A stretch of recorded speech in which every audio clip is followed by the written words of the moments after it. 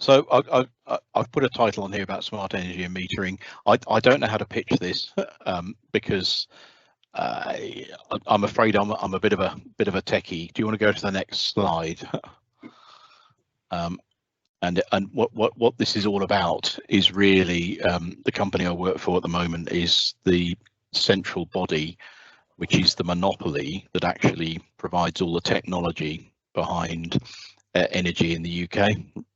So digital energy in the UK, it likes to call itself the backbone of the digital age and the digital energy across the whole of the UK. So I'm going to briefly take you through stuff, but there's lots of applications of this technology. That I think will be more of interest than all the other stuff that I've put in here. So I think I need you guys to feedback at the end, because there's lots of things that can apply to these kinds of future efficient energy, community energy, all that kind of thing that's going on. Metering is the heart of it all. And the way that it's structured within the industry is really the basis. And I'm kind of spend a lot of my time at the moment doing all that stuff. So I'm going to take you through a quick introductory video, which might work. We'll see if that works. What I'm going to tell you about smart metering and the smart metering program briefly, and then a quick idea as to what if you've all got smart meters. How many of you got smart meters here? Shout if you have. Yes. There you go. So you kind of know something about what's in your cupboard and that thing that you've probably put in the bin by now, which is the in-home display, or are you still looking at it? I'll take you through all of that. Some of the security, what the industry does. We have this big system called the DSP, which is the data services platform, and the CSP are the communication service providers. And then a quick run through maybe some of the stuff about ComSubs as well. But I don't want to get too bogged down in that. Let's have a go and see if. Do you want to go on the next slide, John?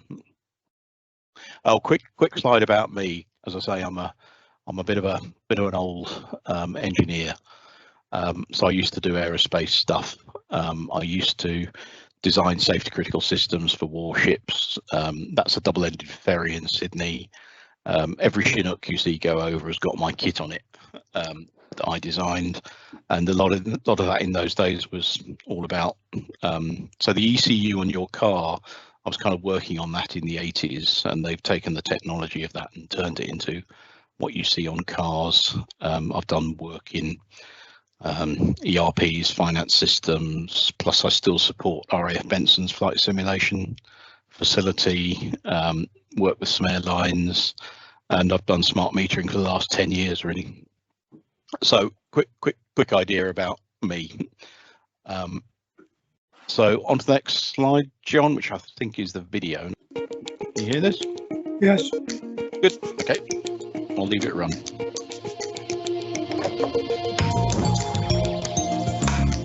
Have you ever stopped to think what happens when you switch on the lights?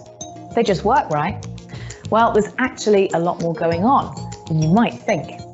Behind every switch we flick or dial we turn is a nationwide system that adapts flexibly to changes in supply and demand. Smart meters in homes are key to this, giving a detailed picture of our consumption to us and to our energy provider. The network that connects smart meters to energy suppliers is operated by the Data Communications Company, the DCC. The DCC network's the digital backbone of our energy system. It can reach more than 99% of properties, making it Britain's largest data network. It's already transformed meter readings, billing accuracy and top-ups, and it's helping Britain save more than half tons of carbon emissions a year. The network operates to the highest security standards in Europe. It's endorsed by the National Cyber Security Centre, part of GCHQ, and operates entirely separately from the potential pitfalls of the public internet. So how does it work? Every time energy is used or generated in homes with smart meters, They turn it into a packet of data. The data's securely wrapped using 2 layers of encryption. A communications hub creates a home area network to receive the data from the smart meters. The hub transmits the data to an in-home display, which shows how much energy is being used or sold back to the grid. The data is then transmitted from the home to a wide area network of mobile phone or radio masts, and from these to the DCC's servers. The DCC never sees or keeps the data. It transports it securely straight to energy suppliers to access. They decrypt it so they can bill consumers accurately. The detailed computer also helps the whole system make the best use of energy, keeping the lights on and supporting Britain's net zero goals. This single network for everyone also makes it easier to switch supplier. The network is monitored 24/7 by the DCC in its Security and Technical Operations Centre, where the team continuously check its resilience, speed and security. So why is this important? Well, to make our homes more efficient, we'll need more devices like solar panels, heat pumps and home energy storage. But to work really well, these devices depend on the data transmitted over the DCC network. For example, I want to charge my electric car using my solar panels if I can, but once it gets dark, I'll need power from the grid. Informed by the data, the grid can act smart. So my car's charged at a time when the electricity is cheapest and renewable energy is used as far as possible. And whether I'm charging at home or at work, I want a fair, transparent deal for my energy and the ability to switch supplier with ease. So the future's here already, with an intelligent, integrated digital energy system. At its heart, SmartMeet, the secure DCC network that supports them, making Britain more connected so we can all lead smarter, greener lives. So this is quite an old slide, but I've updated it slightly. You may have read about all this kind of stuff, but it's essentially 10.9 billion cost. I think it's gone up a bit now. It's about 11.5 billion pounds. Net benefits of 6.2 billion. There are around 53 million meters to be replaced. We're kind of about 60% of the way through that. Like all government programs, it's late, it's overspending, and you're familiar with all of that from many previous things that you've heard about. But fundamentally, we're on our way, if you know what I mean. So I'm going to just take you through some of the what dumb metering is, what smart is, what first generation, second generation comms networks, bit of technical solution deployment, what happens every day on your meter. Consumer consent is something that's quite interesting to people, I think. Security and consumer data, and what's the future. Next slide, John, I think.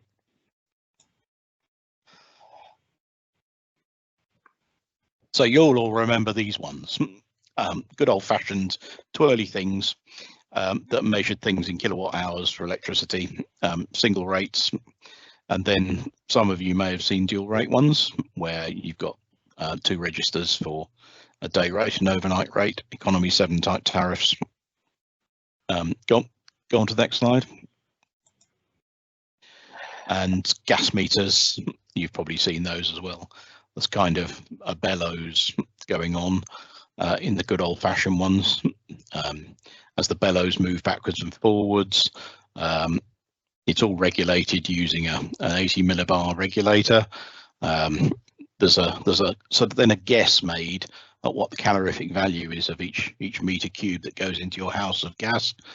Then there's a quick number that gets added to your bill to turn it into something, and essentially into kilowatt hours, and that's what you get charged. It's not very accurate as a method of charging for energy. Gas traditionally is just very poor for that. So go on to the next one, please. So what's a smart one? I put all the traditional ones there. You've seen those. We then moved on to the electronic ones. So you may, some of you who've got dumb meters probably have been updated with electronic ones. They have to be replaced legally every X years, where it's about 10 to 15 years, because they run out of accuracy. Some of then they added what's called the automatic meter reading capability to them. So essentially these meters, they acted, I describe them a bit like teenagers sitting on their phones sending text messages to each other. That's effectively what they did in an automated manner. And that included some meter readings. It was all dreadfully insecure and everything, but it kind of worked. Then on to the next slide, John.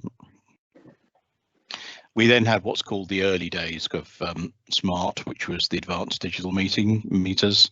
Again, they poshed up a bit, and they had an internal network within the house, what's called the HAN, a home area network, and they became switchable to prepayment. That's when we started being able to do that kind of switching to prepayment remotely. There's then what's called first generation meters, where you may have heard about these in the press. SMETS 1 functionality. So SMETS 1 is the smart metering equipment technical specification, and the first generation of those was SMETS 1. It was designed originally to only deploy about 500,000 meters. We've now got 16.7 million for various reasons, but there was a big problem with actually getting them into a centralized point, which you may remember in the press as well, because people were losing their smart metering functionality when they switched supplier. We've kind of fixed all that now. That was one of my projects. But then the real thing was supposed to be SMETS 2, which adds some extra functionality to it and is much more standardized. It has device interoperability, so you can put different meters with different components together, but they all have these in-home displays, as they're called, the things that sit on your countertop until you get kind of bored with it. All familiar with that one? You're all very quiet, it's worrying. Next slide, John.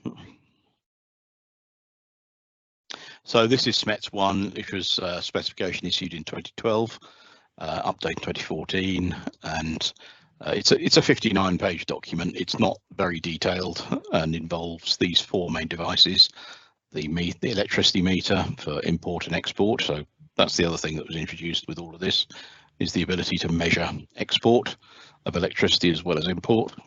Your gas meter, in-home display, comms hubs, and the wide area network is carried out across 2G. You remember 2G from some time ago, but it's 2G is still going, even though most people don't use it for their phones.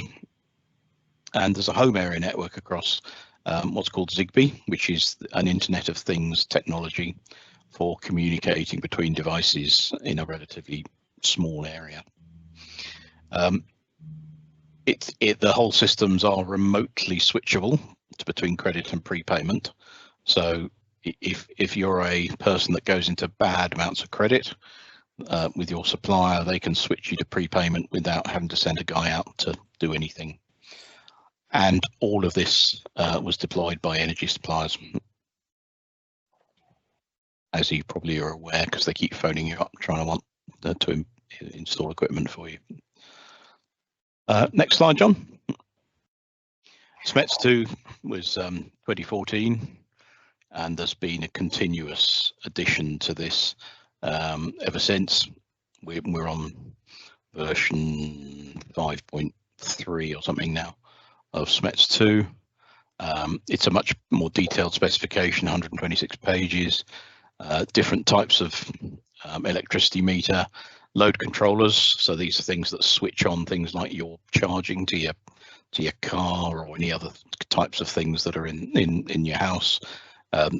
What's called HCalcs, hand connected load switches, again switches that are on the Zigbee home area network, gas meters, an IHD, and a thing called a prepayment interface device, which is where, if you're on prepayment, you can remotely put your keys in order to be able to add some credit to your meter without having to crawl under the stairs and input it on the meter or change keys or anything like that. So lots of use of that. There's also a separate comms hub specification that looks after the comms hub itself. It uses 2G, 3G in most all the ones that you probably have. 4G is coming out in 2025, but only in the UK Central and South, and I'll come back to that with a network diagram. The wide area network in the north uses a different technology rather than the mobile phone network. And there's a switchable home area network of between 2.4 gigahertz and 866 megahertz for houses where they have difficulty actually connecting to devices through walls, because 2.4 gigahertz can be a bit of a problem at times. 2.4 gigahertz is the same frequency as Bluetooth, and actually the same as your microwave as well as your Wi-Fi. So we tend to have a little bit of conflict of things going on in houses on that particular frequency band. Next slide, John. So these are the boundaries of the wide area network. You can see the blue and the red. They're both carried out by VMO2 now, so it's the O2 network using 2G, 3G, and all of the bit that isn't blue and red in the north is all carried out using an Arqiva network, which works at a much lower frequency, but is much more meant for long-range radio rather than for short-range mobile phones. SMETS 1 just uses 2G around the country. Next slide, please. I've just put this diagram here as a quick. On the left-hand side, there's kind of what happens in your home. All those different devices, your gas meter, your smart appliances will eventually connect into your comms hub, because your smart appliances will be able to transmit across that home area network into your meter to be able to do some automation. In-home displays, you've seen those already. Then there's us in the middle with all of our service providers. We're currently spending about 600 million a year on all of these guys. And then there are the customers, our customers on the right hand side. So they're all the energy suppliers, there's the energy network providers, there's also people like USwitch and other data providers, and we're going to be adding some extra ones to that soon as well. So next slide. I won't go through this in detail. That's part of the complexity that we deal with every day. So that's a sort of block diagram of how the whole thing puts together. There's also a separate system that isn't on here, which is the switching system that manages the change of supplier that takes place when you change supplier on your meter. There's a master switching system called the centralized switching service, which we host and use, and then there's a system I just worked on recently to finish, which is the secure change of supplier system for all these devices. So all, but you can see some of the complexity going on. Next slide. So where are we up to? 30.7 million meters out of the 53. You can see 11.5 SMETS 1s, 99.2% coverage. All of this is on the website if you're interested in seeing how the whole thing is slowly growing. We add about 150,000 meters a week with all of the suppliers out and about doing stuff. Next slide. A competitive energy market depends on consumers being able to switch supplier as quickly as possible with minimum hassle.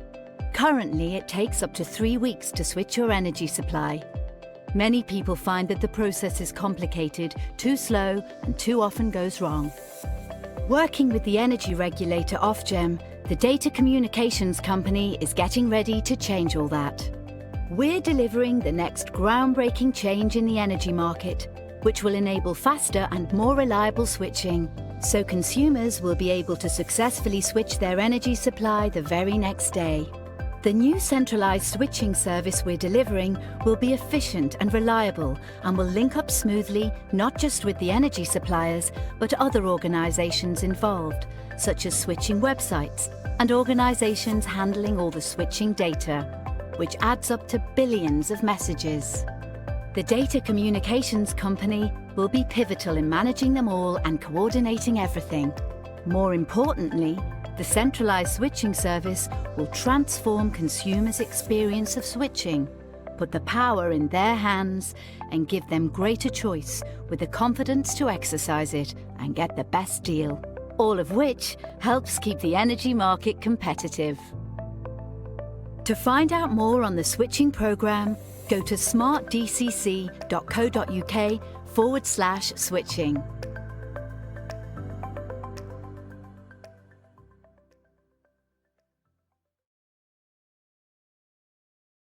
Yeah, so this is all a bit out of date because we went live with this a year ago, not a year and a half ago, and now we're all sorted with that, up and running, doing automatic switching of all the smart services as well.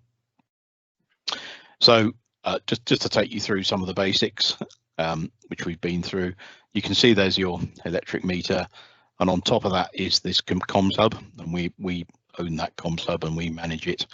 The meters are installed by suppliers and owned by the suppliers, as is the IHD or the PP meters, and the gas meter that's attached to it as well.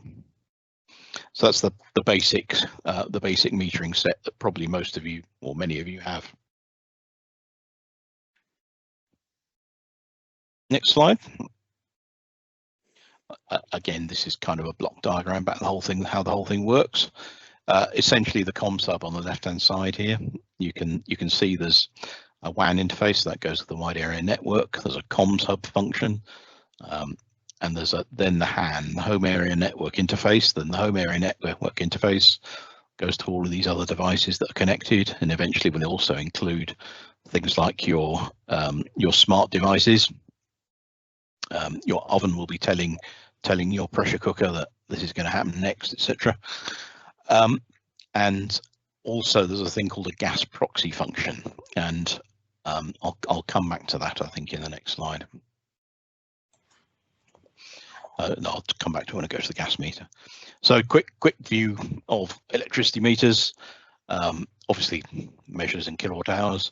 There are actually 50 registered in there, unlike the one or two that we had before. It contains within there 13 months of all your consumption in billing, daily and half-hourly readings. There's a lot of stuff in your meter. Support for block tariffs, time of use tariffs. Again, there are 49 ways of. I've forgotten all this stuff because I haven't done it for a while. But it can basically support any type of tariff, with all the different types of standing charges that anyone could possibly think of. It will also do euros, would you believe, as well, which is an interesting possibility. There's also a mode switch that takes you between credit and prepayment, and there's lots of settings in there for prepayment settings and debt recoveries and debt configurations. And the load control switch to disconnect supply. That's one of the things that most people don't know about. There's actually a switch in there that can be remotely switched on and off by your suppliers and also your network operator. Next slide, John. Gas meters. So gas meters are battery powered. So when they get installed, there's a battery in there, and after, in theory, 10 years, they have to come along and swap it out. And what the actual meter does is it wakes up every half hour and says, "Hi, I'm here. Here's the latest readings," and communicates to the gas meter, to the communications hub, to the gas proxy function, and synchronize data between those two, and then goes back to sleep again, wakes up next half hour, does the same kind of thing. So if you want an instantaneous reading from your supplier, it actually interrogates your comms hub and the gas proxy function within that, rather than interrogating the gas meter, because they don't want to waste all that power in the gas meter itself. It's again got 50 registers, conversion of gas measurements to kilowatt hours and pounds and pence, 13 months of data. There's also 3 months of half-hourly readings. All that tariff stuff that I talked about before, standing charges. They'll also switch between credit and prepay. It's very similar, and there's also a disconnection switch in there that can also be switched should it to be required. Next slide, John. You're all very quiet. This is worrying. So what happens at midnight? So midnight, the meters basically write down what the current readings are for you. And also there's a capability to switch suppliers that happens every midnight. But actually they can switch suppliers any time of the day or night. And then the busiest time for smart metering is between midnight and about 5 o'clock in the morning. And that's when all the readings get taken by all the suppliers, and also all the half-hourly consumption reading. So all the meter readings every half hour get taken over from each of the meters that's out there, pulled back into the suppliers' data stores, ready for them to transmit onto you. Presumably you've got some kind of app that allows you to access this kind of data. And that's where it all happens. During the day and the evening, there's new installations and maintenance visits going on, plus various configuration things. Suppliers come in and do stuff like that. Every 10 seconds, by the way, your electricity values are synchronized with your IHD. So you may have noticed with your in-home display that sits on your countertop that every 10 seconds it gets an update. It's not instantaneous all the time. And that's where it also stores or passes on your actual consumption based on the tariffs that are held on the comms hubs, sorry, on the meters, and then transmitted back to your IHD. Every 30 minutes, register readings are recorded on ESME and GESME. If consented, I'll come back to that. The GESME wakes up and synchronizes readings and other parameters for the GPF. As I was saying, the GPF is there to be addressed at any time. The meter just wakes up every half hour. Next slide, John. So not many people are aware of the consumer consent laws. And essentially, when your equipment is installed, you may have remembered this, people who've had this done, there is a deemed consent from consumers for daily readings to be taken. But then there's what's called the opt-in or the opt-out capability. And if you opt in, then you're allowing them to take half-hourly readings to be taken by the supplier. If you opt out, then only monthly readings can be taken by the supplier.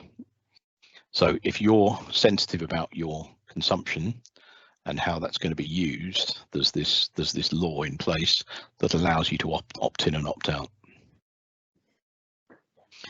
And the appropriate consent level is configured on the meters as well. Next slide. The security is pretty intense, I can tell you. And it's all about the privacy of consumer data, plus there is also national, because it's called deemed critical national infrastructure, but essentially it's all pretty secure. I could take you through the security model, which is public, but it's quite hard work. Network operators are permitted to view data. Suppliers are able to view data and also configure meters, but all of that changes should the change supplier happen, so that only the active supplier can actually do things on the meters that the other ones can't, etc., etc. We also have all the messages are encrypted and or cryptographically secured, so that access is only authorized to individuals and organizations. And we've got a 24/7 full security operations center watching for any breach, or see if Vladimir appears over the horizon to take over our metering system. Next slide. So just a quick look through some of the future things, there's a thing called monthly half-hourly settlement, and this is where your half-hourly readings will be used in the end to settle the actual billings with the generators on a half-hourly basis, rather than the current guesswork that goes on. It's a long tail, but fundamentally, industrial meters are all billed in half-hourly segments at the moment. What's going to happen is that it's going to move into the residential sector as well. Change supplier. It's currently not quite next day. We're about 2 or 3 days at the moment with switching of suppliers. That is going to turn into a next day potential switching, and they're even going to push, Ofgem are pushing us at some point to go to same day switching. So you may end up with optimization software that looks for different rates in the market and will automatically switch your supplier either on the day or the next day, depending on the different possibilities that are in the market out there. All of that is kind of enabled by what we're going to have to put in. There's then our 4G comm subs. As the 3G networks are shut down. Again, it's not very public, this, but 3G is disappearing over the next few years. There's various new SMETS2 devices. There's what I call the port toolman. There's switching, the extra switching thing, EV charging, using standalone proportional controllers. So this is where the network operator, so SSEN or whatever, they want to manage, remotely manage how quickly your cars are going to be charged, because it may be that when we have millions and millions of EVs, they won't be able to actually support those. So there's an additional function going in there to allow that proportional control. CAD-G and ONTG, these are extra comm hubs designed for where there is no WAN. And at the moment, we're going through 2 or 3 years of renewing all our systems because they're all sort of 8 to 10 years old in some cases. Next slide, John. I think we're nearly there. Yeah, we are. So I'm not going to go any further. There's a couple more slides, but they're kind of detailed ones if anyone's got any questions. So that was a very quick canter through what's going on. And as I say, you can fire questions at me or store them up, and as I said, I didn't know where to pitch this. Okay, are there any questions from anybody? Can I ask about the comms hub? And you say it's used, it uses radio networks and also phone 2G at the moment. Yeah. Going to 4G. What happens when that goes down? Because I can't get a signal on my phone sometimes, and it drops out. So what the heck happens to all that data? Well, it might suddenly pick up a signal. I've got the first one of the first 4G comm subs in my cabinet here. It's Vodafone as well, and my SMETS2 device has always been pretty flaky, a bit like yours probably, as you're saying. But what happens is when they wake up and connect again, then the supply will catch up its readings. We'll be able to recover what was happening before. But there are various versions that some of you may have a comm hub with an external aerial. I've got one of those, and so if the signal recovers, then we will then allow suppliers to get the stuff that they've missed while it was down. Does that answer the question, or have I misunderstood? Yeah, because it's stored somewhere, the data, so it's there to be sent off when it all gets back again. So all can the you data tell me is why it is then that our meter, our in-home display meter, registers gas, every day, the amount and the electric, but if I go back a week, say, sometimes it's showing 0 on a day when we consumed, gas, and there should be a standing charge in any case. Oh, so it's on your in-home display. It's missed the day, has it? It didn't miss the day on the day, but if you go backwards, looking historically at usage, it'll be 0. It's Interesting. So disappeared. did you have? I presume you've got some app with your energy supplier. Is it missing there because they'll be less interested in? We haven't got an app. We're with Octopus. We haven't got the app. We just you can go get in the on readings through our accounts to look at it. But so an Octopus, you can go onto them and you can download all of your readings into an Excel spreadsheet if you're keen. But actually, in reality, if it misses a day, it doesn't really matter too much, because the next day it catches up because it's got a new reading and it just multiplies by the tariff that happened at that time. okay. And since I don't think there's anyone here that will be on prepayment, but in a credit environment, essentially the master calculation is carried out by the supplier, whereas in a prepayment meter, the master calculation is carried out by the meter itself. Okay. Okay, we've got a question from Andy and then one from Peter after that. Yeah. Okay, let me jump in, Ed. With these recent problems we've had with systems crashing, like air control and all that, I mean, you have said it's a very secure system with GCHQ involved and so on and so forth. But in reality, is there actually a chance that there could be some sort of systems failure which would... I'm not worried about the billing so much, because as you say, they can probably catch up, but would it cut off the power supply? Yeah, and that's what all it's probably about 20% of my days talking about the security of the whole end-to-end critical national infrastructure, because there's a threat to the whole energy infrastructure caused by those switches that can switch off the supply and the meters.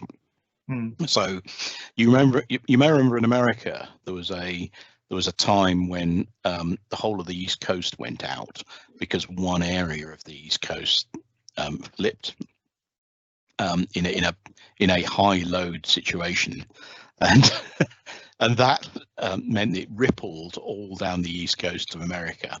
And that's one of the worries we have, is it doesn't take a huge amount of interference with those switches in a high load situation for that kind of thing to occur. And that's why, as I say, I spend that there are lots and lots of things to stop that happening.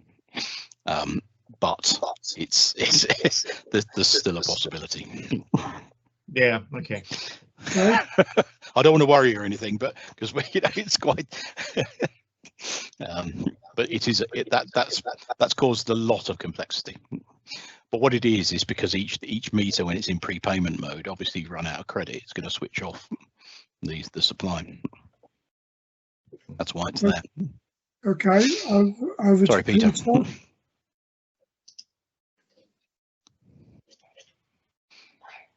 Peter. Oh, hi. Yeah.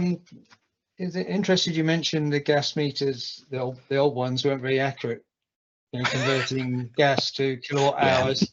Are the smart meters any more accurate for gas? They're still, yeah, I mean, it's all guesswork. I mean, if you think about, I don't know, I'm going to get a bit technical, but the 80 millibars, you've got that regulator on the front of your gas meter that sits at 80 millibars, but it's kind of 80 millibars plus or minus 5%. And it's also, most of your gas meters are outside. So in the winter, you get more volume coming through than you do in the summer because of the way gases work. And then it's all pretty guessworky. The electronic ones are a lot better rather than the volume ones, the sort of gas pumping ones that most people have.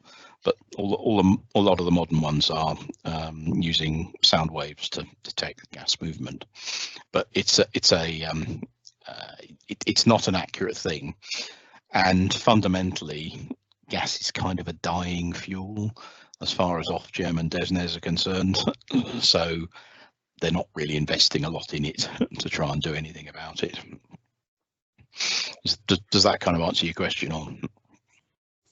Yeah, it's just just the most popular form of heating, isn't it?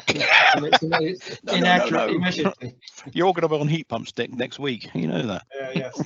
Yeah. I wish. Right, we've probably got time for another couple of questions if there are any.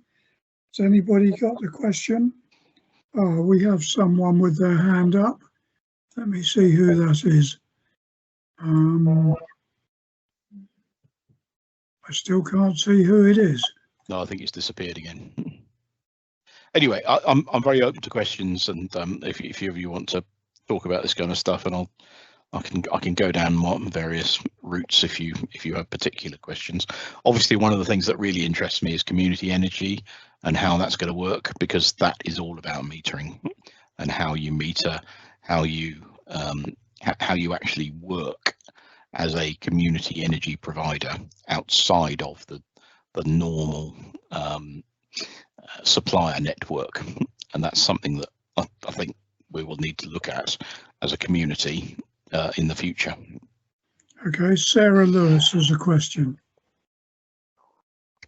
Yes, Edward, I wondered if you could just go into the auxiliary suppliers that seem to feature in the small hours. Is that to do with the switch from wind and tidal potentially to oil, or what? So that, of course, is you're talking about the generation of electricity. This is all about the metering, and the feedback from that is. You've probably heard some words about balancing the grid in various communications. So what this is all about is, at the moment, we're pretty inefficient in that we generate a long way away from where the energy is consumed, and that is extremely, well, very non-productive. So because you're taking lots of electricity down the grid is not the most efficient transporter of energy. So you're losing lots of energy on the way. Plus, with the ever expanding use of electricity over gas, we can argue that one, we're going to end up with having to invest billions of pounds in the grid. So what we really need to do is to start, and this is what we're all on a task to do, to come up with a more efficient method of managing electricity and storing it on a local basis, to avoid those transportation costs and to avoid what's called the grid imbalance. So it's where, as you say, there's constant control going on over the grid to avoid too much load, and the potential, which is always there with the national grid, for too much load to go onto it in one area, and then for it to ripple as all the breakers go, because it can't support that load. All the breakers start rippling throughout the whole grid, and we get major power cuts. So this is what all this government policy is about, is balancing the grid between the generators, localizing usage, battery storage so that it can be spread over the day and night, and that's why we're all being persuaded to go down that route, because they don't want to invest in the grid. And you know, we're all with that, really, aren't we? Does that make sense? Yes, thank you. Okay, we're probably running out of time. Happy to wind up. We should say also then thank you to Ed for an interesting chat. I think you kept most of us with you, although a very complex subject, obviously, so difficult to steer through the sort of the layman's course. But thanks very much for trying to do that, and I guess the rest of us are all a lot wiser about smart energy grids and how things have moved on in recent years. I'm not sure whether we're less worried about the security of our power supplies, but thank you for explaining it all to us, and keep on with the efforts on the security side. Okay, otherwise I think unless there's anything else, I think we're done. We've done the RC experts, we've done the AGM. I'll say good night to everybody. Thanks very much.